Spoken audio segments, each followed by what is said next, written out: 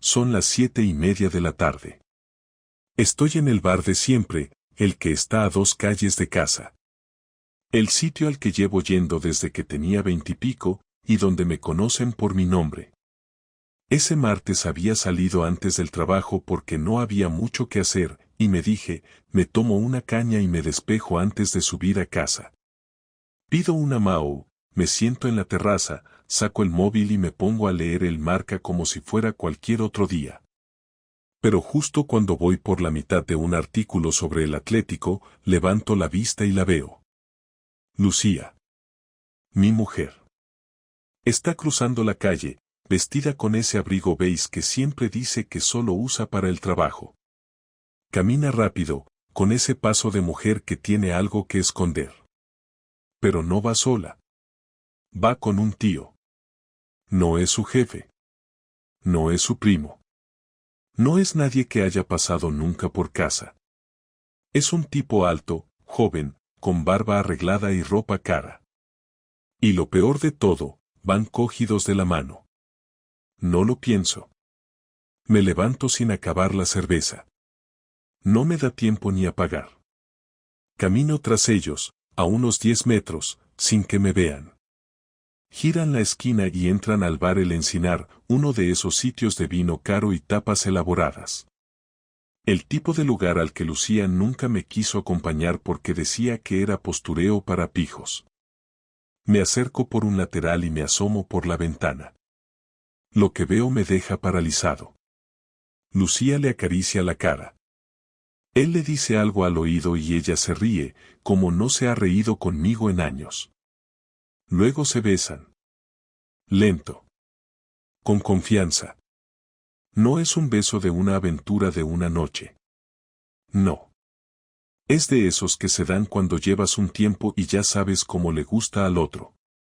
Ella no mira el reloj, no parece nerviosa. Está completamente metida en eso. Como si no existiera yo. Como si no existiera Sofía. Como si nuestra casa, nuestra cama, nuestra historia, no fueran nada. Estuve ahí, quieto como un idiota, mirando desde fuera como un desgraciado. Volví andando. Sin decir nada. Sin hacer escándalo. No quise entrar. No quise montar una escena. Me temblaban las manos. Caminé sin pensar, como si el cuerpo se moviera solo. Entré en casa, me senté en el sofá, apagué las luces, y me quedé en silencio. Una hora después, Lucía entró por la puerta. Traía una bolsa de la farmacia. Ya he cogido lo de Sofía, que estaba con tos otra vez, me dijo como si nada. Yo asentí. No dije ni una palabra. Subió, dejó la bolsa en la cocina y me preguntó si quería cenar algo. Le dije que no. Se metió en la ducha. Yo seguía ahí, en el sofá, intentando entender qué carajo había pasado en esa hora. No me cabía en la cabeza. Y lo peor, ella estaba como si nada. Como si no acabara de bajarse los pantalones con otro tío delante de mí. Y así empezó todo. Pero esto solo es el principio. Esa noche no dormí. No lo digo como una forma de hablar. Literalmente no pegué ojo. Me acosté a su lado, como siempre, pero con la cabeza girando a 1000 por hora. Ella se duchó, se secó el pelo, se puso el pijama y se metió en la cama tan tranquila. Me dio un beso en la mejilla y dijo buenas noches, cariño, con una naturalidad que me revolvió el estómago. Me quedé mirando al techo sin moverme. Pensaba en sus manos acariciando la cara de ese imbécil, en esa risa suya que ya no me regalaba a mí, en ese beso tan largo y cómodo que me confirmaba lo que ya sabía sin necesitar pruebas. Me quedé tan quieto que ella se durmió en menos de 10 minutos. Yo no. Yo solo pensaba. Pensaba en si era la primera vez, en si ese tipo sabía que ella estaba casada, en cuánto tiempo llevaba durmiendo con el enemigo sin darme cuenta.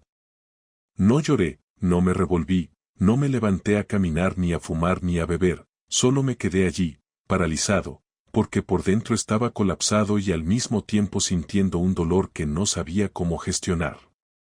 Cuando amaneció, me levanté antes que ella, hice café y me senté a desayunar como si fuera un martes cualquiera. Ella bajó al rato, con el pelo recogido y la misma actitud amable de siempre, hablando del trabajo, de la profesora nueva de Sofía, y preguntando si podía pasar por el supermercado después de salir de la clínica. Le dije que sí, sin mirarla a los ojos. Le di un beso en la frente como un robot y me fui al trabajo, pero no trabajé una mierda. Me pasé la mañana mirando el ordenador apagado, pensando en lo que había visto y en qué hacer con esa información. Sabía que una parte de mí quería reventarlo todo ya mismo, decirle a la cara que la vi, que sé que está con otro, que sé que me está tomando por imbécil mientras juega a ser madre y esposa ejemplar. Pero otra parte, la más racional, me decía que no podía permitir que esto se convirtiera en su historia. No podía dejar que lo negara o que me hiciera dudar. Necesitaba pruebas, una explicación clara, datos, nombres, fechas. Necesitaba mirarla a la cara sabiendo que si se atrevía a mentirme, yo podría desmontarle cada palabra. Así que decidí que lo primero era saber quién era ese tipo. Esa misma tarde, fui directo al bar donde los había visto. El camarero, un chaval joven con barba y cara de buena persona, me reconoció y me saludó como si fuera cualquier cliente. Le pregunté sin rodeos si había visto anoche a una pareja sentada en la mesa del fondo, describí a Lucía y al tipo con detalle. El chaval dudó, pero al ver que no estaba preguntando por deporte, sino con una seriedad que hablaba por sí sola, bajó un poco la voz y dijo que sí, que estuvieron desde las 8 hasta las 10 y que luego se fueron andando hacia el parking de enfrente. Le pregunté si venían mucho por allí, y me dijo que no, que era la primera vez que los veía juntos, pero que ese tipo venía a veces solo o con otras personas.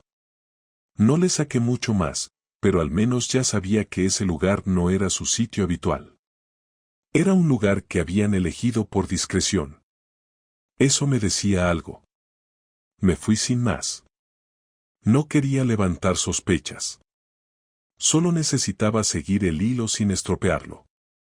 Pasaron 3 días.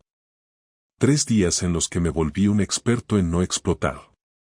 Me levantaba, iba a trabajar, volvía a casa, cenaba con Lucía y con Sofía, la ayudaba con los deberes, me metía en la cama y fingía dormir. Durante el día, empecé a revisar todo lo que tenía a mano. Fotos antiguas, redes sociales, correos, todo. No buscaba mensajes, porque ya sabía que no iba a encontrar nada. Lucía no era tonta. Si era capaz de montar una doble vida sin levantar sospechas, también era lo bastante lista como para borrar huellas. Pero sí empecé a notar patrones. Fechas en las que decía que tenía reuniones de equipo, noches en las que llegaba más tarde de lo normal y no quería que la recogiera en coche, fines de semana con supuestas formaciones en Madrid que no coincidían con nada en su correo de trabajo. Y en esas fechas, empecé a fijarme también en cómo se comportaba antes de salir, ropa que no se ponía nunca conmigo, maquillaje más marcado, perfumes nuevos, esa sonrisa nerviosa que atribuía a los nervios por el Congreso. Me sentí un estúpido por no haberlo visto antes. Pero lo había visto. Solo que no quería verlo. La siguiente fase fue conseguir ayuda. No de amigos ni de familia. No quería a nadie opinando, ni queriendo consolarme, ni dándome discursos de eso le pasa a cualquiera. Así que contraté a un detective. Uno discreto. Lo contacté por internet, le expliqué la situación por teléfono sin dar nombres y acordamos una reunión en persona. Nos vimos en una cafetería del centro.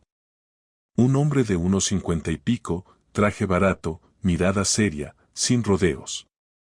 Le dije todo lo que sabía, le enseñé una foto de Lucía y otra del hombre con el que la vi, que había conseguido sacar de su perfil de LinkedIn tras una hora de investigación.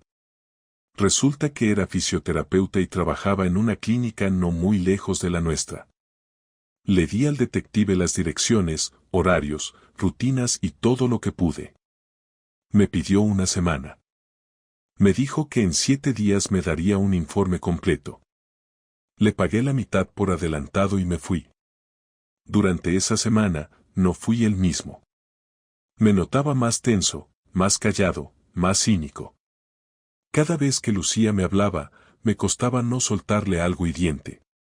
Cada vez que Sofía me sonreía, me preguntaba cuánto tiempo íbamos a poder seguir fingiendo que esa casa seguía siendo un hogar. Y lo peor de todo era mirar a Lucía sabiendo que ella seguía creyendo que no sabía nada. Que seguía con su teatro, con sus besos fríos, sus charlas sobre la clínica, sus mensajes de WhatsApp enviados mientras yo estaba al lado. El nivel de cinismo me mataba por dentro. Pero aguanté. Aguanté por respeto a mí mismo, porque sabía que pronto iba a tener en mis manos la verdad completa. Y entonces, no iba a dudar. No iba a discutir. No iba a preguntar por qué. Iba a actuar. Iba a ponerle fin. 7 días después, el detective me llamó. Su voz era seca. «Ya tengo lo que necesitas, ¿podemos vernos esta tarde?» Le dije que sí, que en el mismo sitio. Fui directo desde el trabajo. Me esperaba con un sobre marrón, gordo, cerrado. Me lo entregó sin rodeos. Está todo ahí. Fechas, fotos, direcciones. Es peor de lo que pensabas. No lo abrí allí. Lo guardé en la mochila, le pagué el resto, le di las gracias y volví a casa. Pero ya no era la misma casa. Ni la misma persona.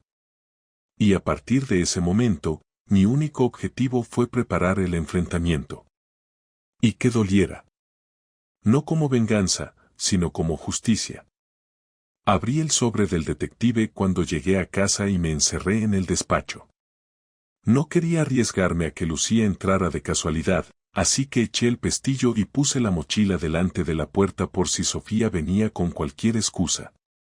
Me senté en la silla sin quitarme ni el abrigo y estuve un minuto completo mirando el sobre sin abrirlo, porque una cosa es saber que tu mujer te engaña y otra muy distinta es leerlo por escrito con fechas, horas y lugares que no te dejan espacio para justificar absolutamente nada.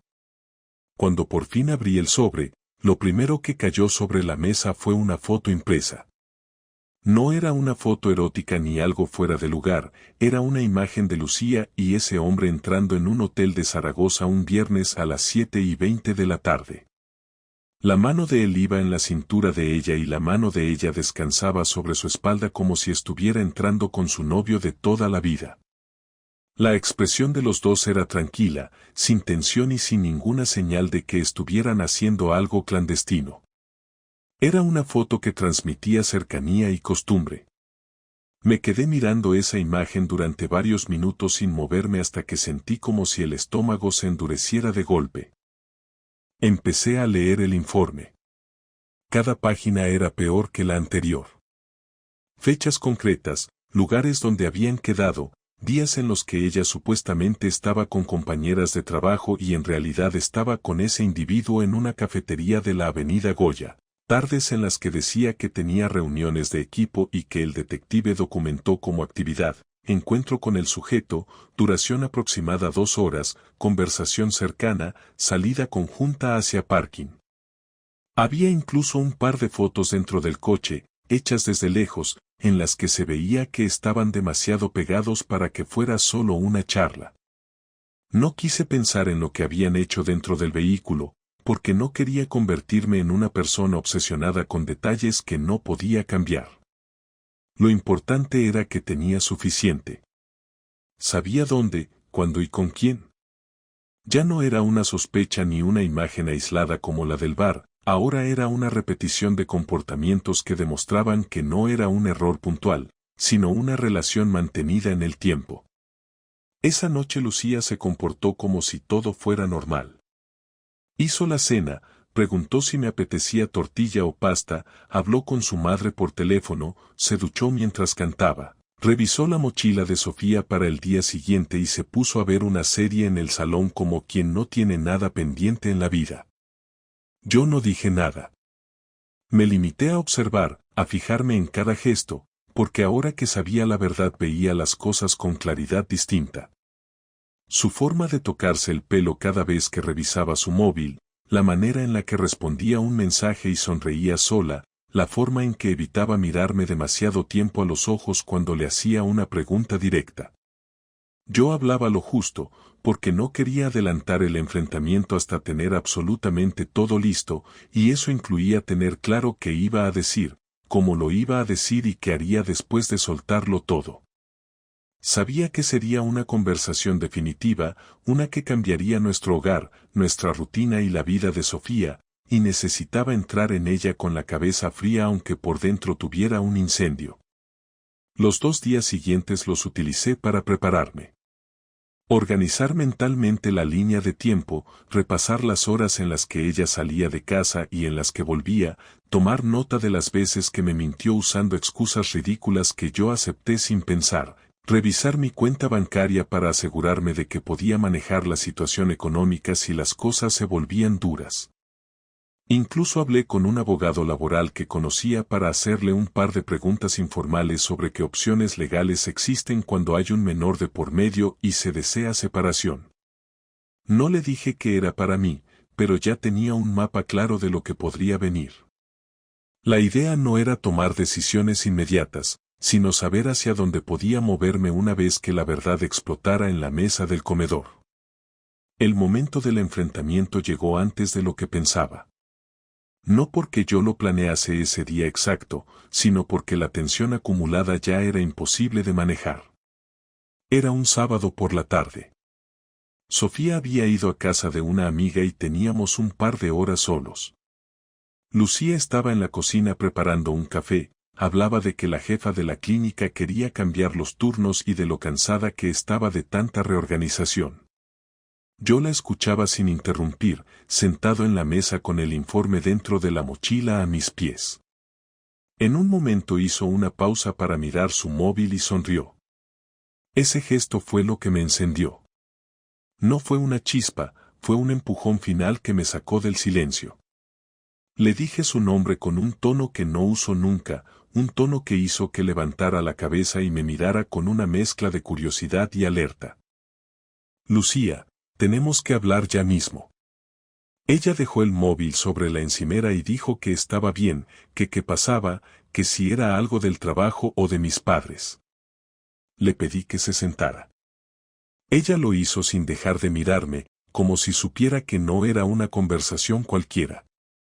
Cuando se sentó, saqué el sobre de la mochila y lo dejé sobre la mesa sin abrir, porque no hacía falta enseñarle nada todavía. Solo necesitaba que escuchara lo que había visto con mis propios ojos antes de mostrarle lo demás. Le dije exactamente lo que vi aquella tarde en el bar, cómo la vi llegar cogida de la mano de ese hombre, cómo se rieron, cómo se besaron y cómo entraron juntos en aquel local. No levanté la voz en ningún momento. Hablé con calma porque necesitaba mantener el control. Vi su cara cambiar mientras hablaba. Primero sorpresa, luego incredulidad, después nervios y finalmente miedo. Ella intentó decir que no era lo que parecía, pero la interrumpí porque no estaba dispuesto a escuchar excusas vacías. No voy a permitir que me digas que fue un malentendido, porque estuve allí, te vi y no hay ninguna versión alternativa de la realidad que convierta un beso con otro hombre en algo distinto, así que ahórrate explicaciones que no sirven para nada. Ella intentó defenderse diciendo que había sido un momento raro, que se dejó llevar, que llevaba semanas sintiéndose confusa, que ese hombre era solo un conocido y que las cosas se habían descontrolado. Me dio rabia escuchar cómo intentaba suavizar algo tan evidente, así que abrí el sobre y extendí las fotos sobre la mesa una detrás de otra. Lucía las miró y se quedó completamente muda. Allí estaba ella entrando en un hotel, saliendo del coche de ese hombre, caminando abrazada a él por una calle donde jamás pensó que alguien pudiera reconocerla. Su silencio en ese instante dijo más que cualquier palabra. No quiero que me mientas, le dije, quiero que me digas la verdad de una vez, porque ya sé todo lo que necesito saber, lo único que quiero de tu boca ahora es que lo reconozcas y me digas desde cuándo y por qué. Ella respiró hondo, se tapó la cara con las manos y empezó a hablar. No lloró al principio, solo habló rápido, como si quisiera soltar todo antes de que yo la parara. Me dijo que llevaba meses sintiéndose desconectada, que nuestro matrimonio estaba frío, que ese hombre apareció en un momento en que ella se sentía insegura y que la atención le había confundido. Dijo que no había planeado nada, que simplemente ocurrió y que se había visto atrapada entre el arrepentimiento y la sensación de haber recuperado algo que creía perdido. Yo escuché todo sin interrumpir, porque necesitaba entender hasta qué punto era consciente de lo que había hecho y de cómo había seguido actuando con tanta normalidad mientras dormía todas las noches a mi lado. Cuando terminó, me miró esperando algo que no supe definir, quizás perdón, quizás calma, quizás un gesto que suavizara su culpa. No le di ninguno. Le dije que su versión no cambiaba nada, que no importaba si se sintió sola o confundida, porque eligió a alguien que no era yo y lo hizo muchas veces sin pensar en nuestra hija ni en nuestra vida. En ese momento empezó a llorar de verdad, no con lágrimas exageradas, sino con esa respiración entrecortada que aparece cuando alguien se da cuenta del tamaño del destrozo que ha provocado. Me pidió que habláramos más adelante, que no tomara decisiones en caliente, que buscáramos ayuda o que hiciéramos terapia. Le dije que no estaba tomando ninguna decisión todavía, pero que lo que había hecho tenía consecuencias y que no pensara ni por un segundo que esto se iba a cerrar con una charla superficial. Ella intentó acercarse para tocarme la mano, pero me aparté. No quería contacto, no quería consuelo, no quería confundirme. Era la primera vez en mi vida que la rechazaba físicamente y noté cómo ese gesto la golpeó más fuerte que cualquier palabra. Se quedó sentada sin saber qué hacer y yo me levanté para ir a respirar al balcón, porque estaba a punto de perder la calma y no quería gritar ni decir cosas de las que luego no pudiera volver atrás. Ella se quedó en la mesa mirando las fotos como si fueran documentos de una vida que no reconocía. Ese fue el principio del derrumbe real. Y ya no había marcha atrás. Cuando volví del balcón, Lucía seguía exactamente en la misma posición, con los codos apoyados en la mesa y las fotos esparcidas delante de ella como si estuviera intentando descifrar un código que no entendía. Habían pasado apenas 5 minutos, pero su expresión era la de alguien que ha envejecido de golpe. No dije nada al entrar, me senté frente a ella y esperé a que hablara, porque ahora quería escuchar lo que salía de su boca después de haber visto pruebas que no podía negar ni justificar. Ella levantó la mirada poco a poco, con los ojos rojos, y lo primero que dijo fue que no sabía por dónde empezar. Le respondí que empezara por la verdad completa, sin adornos ni suavizados, porque no tenía interés en escuchar otra versión empaquetada para hacerme sentir menos traicionado.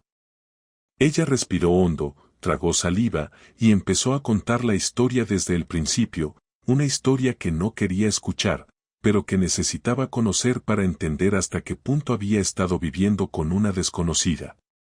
Me dijo que aquel fisioterapeuta, al que llamaremos Marcos por ponerle un nombre, era un hombre que conoció cuando fue a una revisión rutinaria por un dolor en la espalda. Al parecer, ella y yo habíamos tenido una discusión días antes sobre un tema doméstico que ni recuerdo, pero que según ella la dejó más afectada de lo que yo podía imaginar.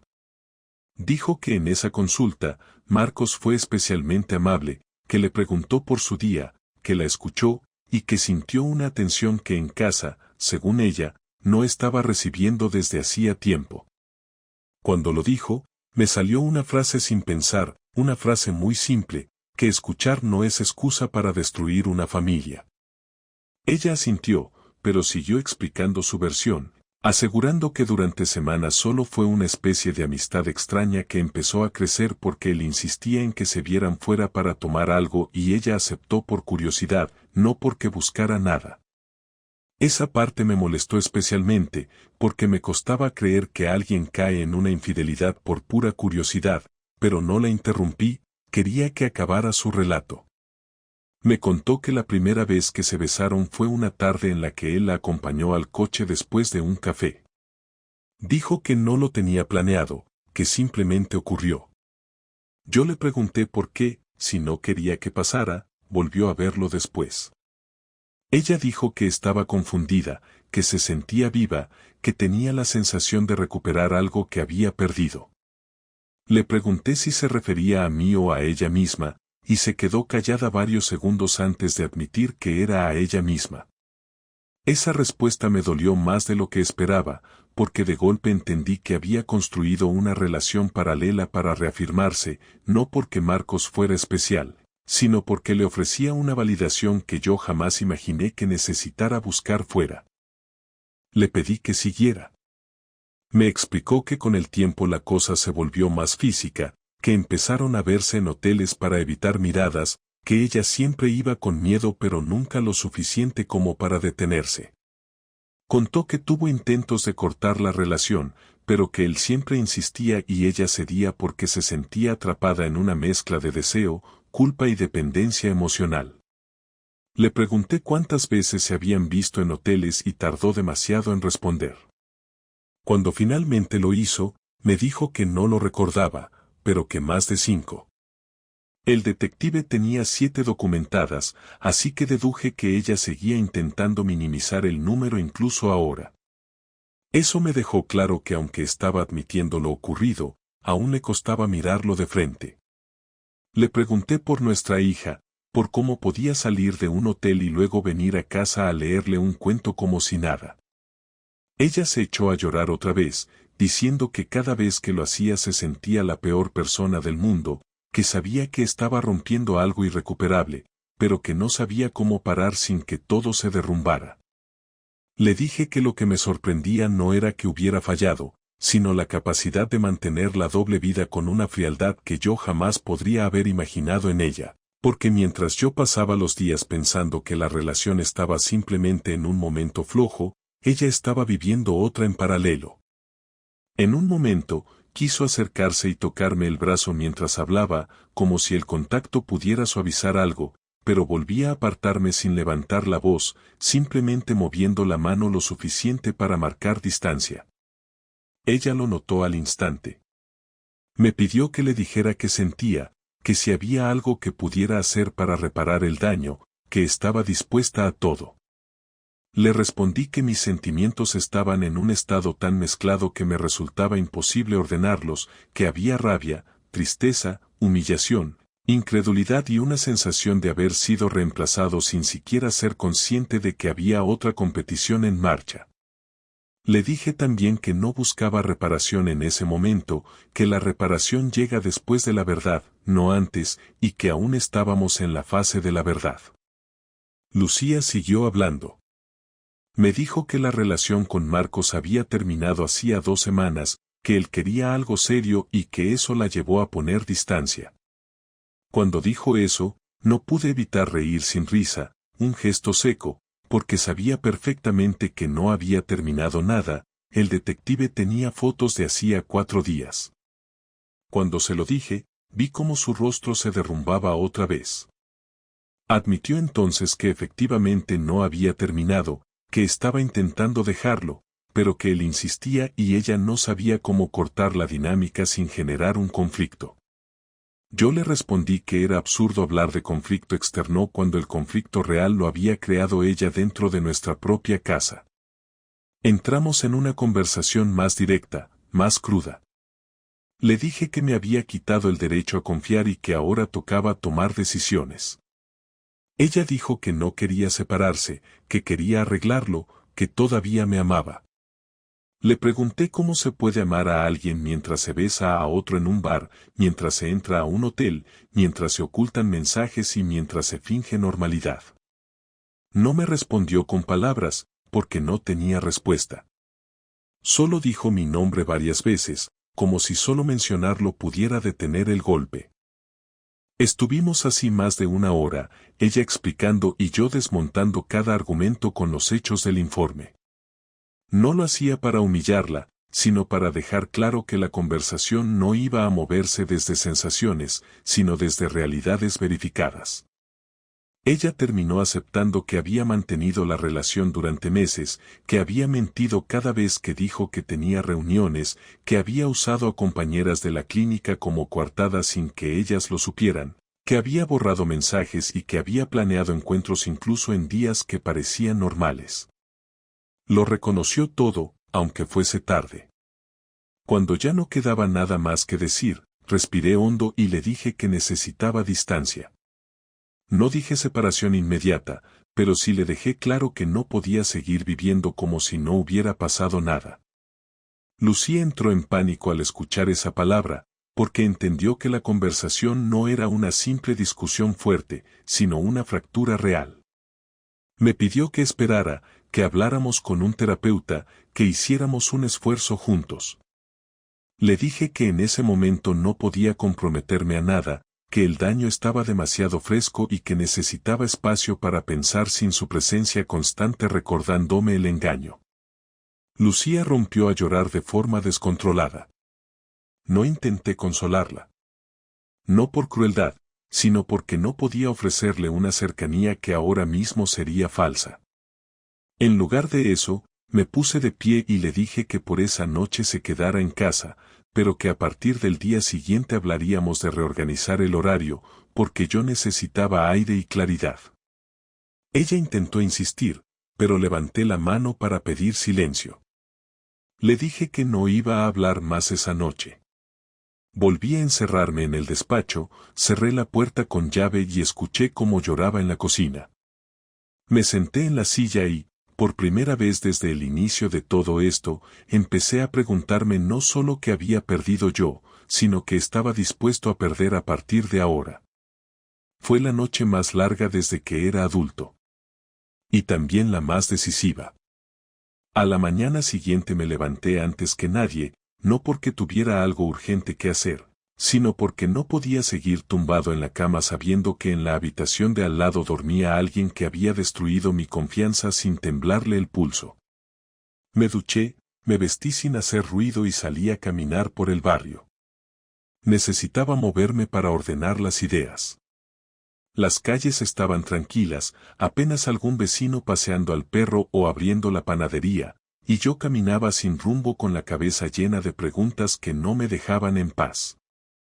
Pensaba en Sofía, en cómo le iba a afectar todo esto, en si debía contarle algo o esperar, en si era mejor mantenerla al margen o prepararla para lo que probablemente iba a venir.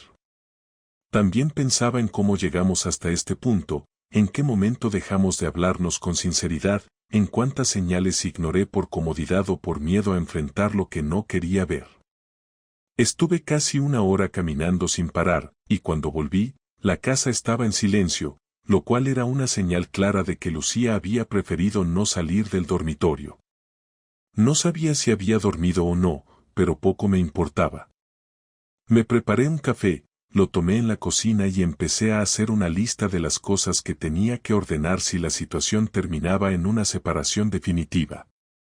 No tenía claro aún qué decisión tomar, pero sí sabía que no podía quedarme paralizado. Había que avanzar en alguna dirección. Lo primero era proteger a Sofía. Pensé en pedir unos días libres en el trabajo, quizás una semana, para centrarme en la situación, en planificar con calma sin que el estrés del día a día me empujara a actuar de forma precipitada. También pensé en hablar con un abogado especializado en temas familiares, alguien que pudiera explicarme con claridad las opciones en caso de separación con custodia compartida, régimen de visitas y temas económicos. No quería sorpresas ni decisiones tomadas desde el impulso. Quería tener una hoja de ruta, un plan que me permitiera salir de esto con la cabeza alta, sin perder el control ni convertirme en un tipo amargado que arrastra esta historia el resto de su vida. Lucía bajó a media mañana, en pijama, con la cara hinchada de no dormir. No dijo nada al entrar en la cocina, solo se sentó frente a mí con las manos juntas sobre la mesa, esperando que yo dijera algo primero. No tenía ganas de hablar, pero no podía evitarlo. Le pregunté si había pensado en lo que haríamos con Sofía, y ella asintió en silencio antes de decir que lo más importante era protegerla del conflicto. En eso coincidíamos, al menos en teoría. Le pregunté si estaba dispuesta a contarle la verdad si llegábamos a separarnos. Me miró con pánico. Dijo que no quería que nuestra hija supiera los detalles, que sería demasiado cruel. Le respondí que ocultar la verdad también era cruel, porque a los niños no se les engaña con cuentos, y si perciben tensión y cambios sin una explicación honesta, se hacen sus propias películas, a veces mucho peores que la realidad. Me pidió que no le contara nada aún, que le diera tiempo para ordenar su cabeza. Le dije que eso dependería de cómo se comportara a partir de ahora. No le estaba amenazando, le estaba dejando claro que ya no tenía derecho a pedir comprensión sin asumir consecuencias. Me dijo que quería quedarse en casa, que no tenía a dónde ir, que no quería irse con sus padres porque eso levantaría sospechas. Le dije que podía quedarse, pero en la habitación de invitados, y que quería espacio, que no intentara fingir normalidad ni buscarme con conversaciones sin sentido. Ella aceptó sin discutir, lo cual agradecí. Por primera vez en mucho tiempo parecía entender que no estaba en posición de negociar nada. Durante los días siguientes, la convivencia se volvió mecánica. Ella bajaba temprano, desayunaba sin hablar, luego se encerraba en su portátil con supuestas cosas de la clínica, y yo me mantenía al margen, haciendo vida en otra zona de la casa, evitando cualquier contacto innecesario. Con Sofía fingíamos normalidad. Le ayudaba con los deberes, la llevaba al colegio, jugábamos a lo de siempre, pero yo ya no era el mismo, y aunque me esforzaba por no mostrarlo, sabía que ella lo notaba. Me preguntó un par de veces si pasaba algo, y le respondí con evasivas, diciéndole que estaba cansado o preocupado por el trabajo. No era mentira del todo, pero tampoco era lo que realmente estaba ocurriendo. Cada vez que me miraba con esa expresión de niña lista que empieza a intuir que algo no encaja, se me hacía un nudo en la garganta. Lucía intentó acercarse en un par de ocasiones, preguntando si podía hablar conmigo un rato, pero le dije que no estaba preparado. Ella insistía en que quería recuperar la confianza, que quería que volviéramos a terapia como cuando discutíamos por tonterías antes de que naciera Sofía. Le respondí que esto no era una crisis normal, que no se arreglaba con consejos de pareja ni ejercicios de comunicación. Lo que se había roto no era la rutina ni el deseo, era el respeto y la lealtad, y eso no se reconstruye con frases positivas ni sesiones de 1 hora los jueves por la tarde. Después de una semana, decidí tener la conversación definitiva. No podía alargar esto indefinidamente. Le pedí que se sentara conmigo una noche, después de que Sofía se acostara, y le expliqué que ya había tomado una decisión. Le dije que no quería seguir en una relación donde no podía confiar en la persona que dormía a mi lado, que no quería pasarme los próximos años revisando gestos, sospechando mensajes, ni analizando excusas. Le dije que lo que hizo había cruzado un límite que para mí era definitivo, no porque fuera un purista de la fidelidad, sino porque lo hizo durante meses, mintiendo, manipulando y manteniendo una fachada que me quitó el derecho a elegir. Lucía se quedó en silencio, con los ojos clavados en sus manos, y cuando le pregunté si quería decir algo, solo dijo que lo entendía y que no iba a impedirlo. Le pregunté si él sabía que se había terminado, y me dijo que no se habían vuelto a ver desde que hablamos la última vez. No le creí, pero tampoco me importaba ya. Le dije que hablaríamos con un abogado juntos para hacer el proceso lo más ordenado posible, que no quería peleas ni escenas, solo una salida digna de lo que habíamos construido durante tantos años. Me dijo que no quería perderme del todo, que aún me amaba, que había cometido un error inmenso y que no sabía cómo vivir con esa culpa. Le respondí que eso ya no era mi problema, que yo tenía suficiente con reconstruirme, que no tenía espacio ni energía para consolarla. No lo dije con odio, lo dije con la claridad de alguien que ha pasado el punto de no retorno. Me preguntó si creía que algún día podríamos volver a hablar sin rencor. Le dije que no lo sabía, que dependería de muchas cosas, pero que por ahora lo único que necesitaba era distancia. Me pidió que no le quitara a Sofía. Le dije que jamás haría eso, que no iba a usar a nuestra hija como moneda ni como castigo. En eso también tenía una línea clara. La conversación duró casi 2 horas. Al final, cada uno se fue a su habitación sin más palabras. Dormí mejor esa noche, no porque estuviera en paz, sino porque al menos ya no tenía una decisión pendiente. Sabía que ahora empezaba otra etapa, más difícil, más dolorosa, pero al menos era una etapa con dirección. El siguiente paso sería hablar con Sofía. Y eso, sinceramente, era lo que más me dolía de todo. El momento de hablar con Sofía fue lo más difícil que hice en mi vida, y eso que ya había enfrentado traición, mentiras, confesiones dolorosas y noches enteras sin dormir mirando a la persona que más me había fallado en la vida.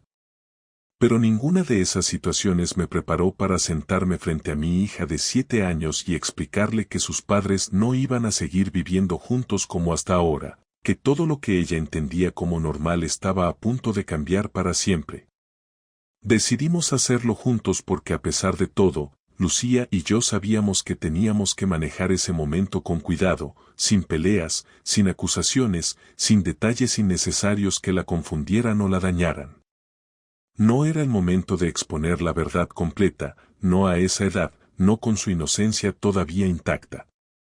La sentamos una tarde, justo después de comer, en el salón. Ella venía feliz, con su mochila de dibujos y una camiseta de su serie favorita. No sospechaba nada. Lucía tomó la palabra primero, con un tono suave, casi forzado. Le dijo que papá y mamá habían estado hablando mucho estos días, que a veces los mayores tienen problemas que no siempre se pueden arreglar juntos, y que por eso íbamos a hacer algunos cambios en casa. Yo la miraba y asentía, sintiendo como el estómago se me encogía, porque en su cara no había aún ninguna señal de alarma, pero en cuanto escuchó la palabra cambios, se puso seria y empezó a mirar de uno a otro esperando que alguien dijera algo claro. Fui yo quien lo hizo. Le dije que íbamos a seguir siendo sus padres, que íbamos a quererla igual o más que siempre, que eso no iba a cambiar nunca, pero que mamá y papá iban a vivir en casas diferentes, porque no estábamos bien juntos. Me miró fijamente y preguntó si era porque habíamos peleado. Le dije que sí, que habíamos discutido, pero que no era por una pelea concreta, sino por muchas cosas que se habían acumulado. Me preguntó si era su culpa. Me costó contener las lágrimas en ese momento, porque solo pensar que mi hija pudiera sentirse responsable de esta ruptura me rompía por dentro. Le dije que no, que nada de esto tenía que ver con ella, que si algo habíamos hecho mal era precisamente no haber hablado antes entre nosotros y haber dejado que las cosas se complicaran. Lucía también se lo dijo, repitiendo que ella no tenía ninguna culpa y que todo lo que estábamos haciendo era para que ella estuviera bien, aunque ahora no lo entendiera del todo. Sofía no lloró. Se quedó callada, sin saber cómo reaccionar, como hacen los niños cuando no tienen herramientas para procesar algo tan grande. Se levantó y se fue a su habitación. No gritó, no preguntó nada más. Cerró la puerta y se quedó ahí. No quise forzarla. Lucía fue tras ella unos minutos después. Yo me quedé en el sofá, solo, con la sensación de haberle quitado algo que nunca iba a recuperar. Los días siguientes fueron raros, silenciosos, como si todos estuviéramos esperando que alguien viniera a decirnos qué hacer. Lucía y yo empezamos a organizar el calendario de custodia sin intervención de abogados, al menos por ahora. Decidimos que ella se quedaría en casa hasta que encontrara un sitio, y que durante ese tiempo Sofía tendría una rutina estable sin cambios bruscos. Yo dormiría en casa de mis padres 3 días por semana y el resto lo pasaría en casa mientras ella salía con excusas de trabajo o se quedaba en casa de una amiga. Era incómodo, pero era lo más práctico. Hablamos también de los temas económicos.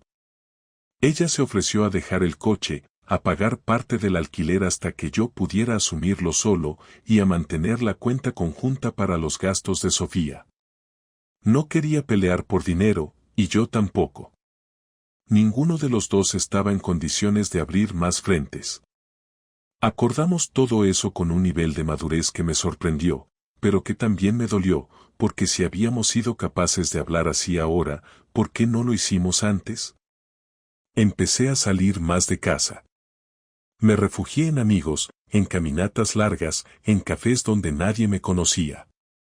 No me apetecía explicar a todo el mundo lo que había pasado, así que solo lo conté a un par de personas de confianza. La reacción fue la que esperaba: sorpresa, incredulidad, rabia. Todos me dijeron que jamás habrían sospechado nada de Lucía, que siempre había parecido centrada, familiar, estable. No dije mucho más. No necesitaba que me defendieran ni que insultaran a nadie. Solo necesitaba hablar en voz alta para no enloquecer. Una noche, estando en casa de mi hermano, me llamó Lucía para preguntarme si podía pasar un rato. Le dije que sí, aunque no me apetecía. Cuando llegó, se sentó en el coche conmigo y me dijo que había hablado con Marcos, que le había contado lo que había pasado, que él se había sentido culpable y que había intentado convencerla de seguir adelante, pero que ella había cortado de forma definitiva. No le pedí detalles.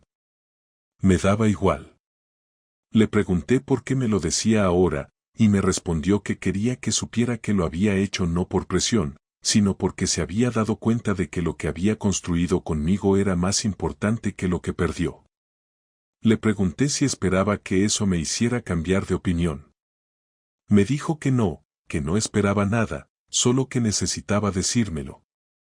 Fue la conversación más honesta que tuvimos desde que todo se rompió. Pasaron 3 semanas desde el día del enfrentamiento hasta que se fue de casa.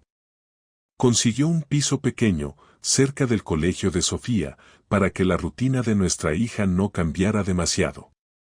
El día que hizo la mudanza, yo me fui con Sofía a pasear al parque.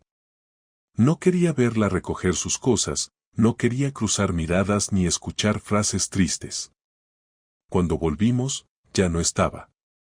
Había dejado un sobre con llaves y una nota diciendo que gracias por no haberle hecho la vida más difícil de lo que ya era. La nota la rompí sin leerla completa. No me hacía falta más palabras. La casa se sentía vacía, pero no por su ausencia física, sino por el peso de todo lo que había pasado entre esas paredes. El silencio no era el de una ruptura reciente, era el de algo que llevaba roto desde hacía tiempo sin que yo lo supiera. Ahora, semanas después, empiezo a encontrar algo parecido a la estabilidad. Sofía lo lleva mejor de lo que esperaba, aunque a veces pregunta por qué no volvemos a vivir todos juntos. Le respondo con honestidad moderada, diciéndole que mamá y papá necesitan estar separados para estar bien, pero que ella siempre tendrá a los dos. A veces me mira como si no lo creyera del todo, pero no insiste. Ya tiene la edad suficiente para intuir que hay cosas que no se cuentan enteras. Yo sigo en la misma casa, pero estoy haciendo cambios. Tiré cosas, moví muebles, pinté una habitación. No por rencor, sino porque necesito marcar una diferencia clara entre lo que era antes y lo que es ahora. Volví a salir con algunos amigos, no para ligar, sino para reír, para sentirme otra vez parte del mundo. Todavía no me veo con nadie, no tengo ganas de eso. No estoy roto, pero sí cansado. Y para empezar algo nuevo, primero tengo que vaciar todo lo anterior sin dejar restos. Lo que aprendí de todo esto es que nadie está a salvo de nada. Que puedes creer que conoces a alguien porque has compartido años, cama, hija y problemas, pero que hay una parte de cada uno que es inaccesible, incluso para quienes están más cerca. Aprendí que no se puede vivir con los ojos cerrados, que la confianza no es ciega, es atenta, y que el amor, si no se cuida, se transforma en otra cosa. También aprendí que perdonar no siempre significa volver, que a veces el perdón es simplemente dejar de arrastrar el odio y seguir adelante sin cargar con lo que no se puede reparar. No sé qué será de Lucía. Nos hablamos por temas de Sofía y poco más. No hay hostilidad, pero tampoco hay afecto. Es una relación funcional, lo mínimo necesario. No sé si volverá con Marcos o si estará sola. No me importa. Lo que sí sé es que yo no soy el mismo de antes, y aunque eso duele, también me ha hecho más fuerte. No el tipo de fuerza que se demuestra gritando o golpeando paredes, sino la que se construye en silencio, aceptando lo que pasó y decidiendo que eso no te va a definir. Y eso es todo. No tengo un final épico, ni un nuevo amor que me haya salvado, ni una venganza cinematográfica. Solo tengo la verdad, mi hija, y un futuro que aún no sé cómo será, pero que por fin siento como mío.